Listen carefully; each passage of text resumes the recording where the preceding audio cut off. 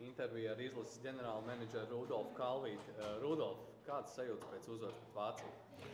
Sajūtas, protams, ir fenomenāls. Puišiem bija zināms uzdevums. Uzvarēt šodien ir 3 vārtu starpība.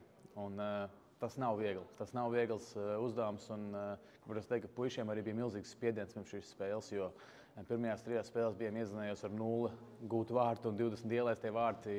Kā teikt, šie ir jauni džeki. Un jauniem puišiem tas nav viegli tādām prečurām tikt pāri. Un viņi parādīja šodien tādu raksturu, kāds komandai ir jābūt, lai sasniegtu rezultātu un lai sasniegtu mūsu mērķus. Tāpēc es lepojos ar visiem mūsu spēlētājiem, ar treneru korpusu, ar visu Latvijas U20 izlasi.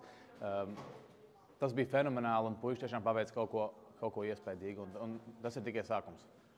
Pēc pirmajām 3 spēlēm, protams, nebija puišiem tik viegli saņemties, bet viņiem tas izdevās. Tur laikam liels raksturs bija vajadzīgs.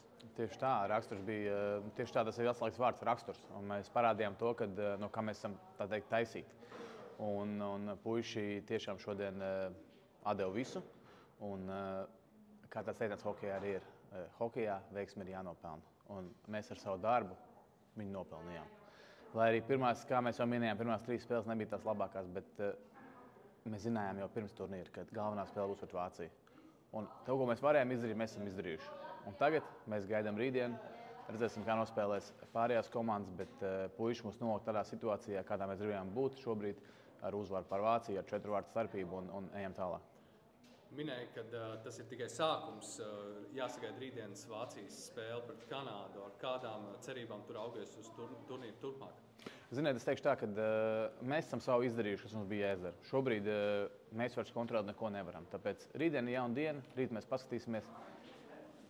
Mēs rīt piecelsimies, izbaudīsim to uzvaru sajūtu, to, ka mēs esam iemetuši 6 vārtus spēlē. Ja? Un tad jau redzēsim, kā Kanādai veiksies. Es uzskatu, ka Kanāda pagājušajā spēlē zaudēja Zviedrijai 2-0. Un es domāju, ka viņi iznāks nikni un gatavi cīnīties pret Vāciju un izcīnīt uzvaru. Viņiem arī ir svarīgi būt 2. grupā un dabūt labāku pretinieku ceturtdaļfinālā. Paldies un lai izdodas. Jā, paldies.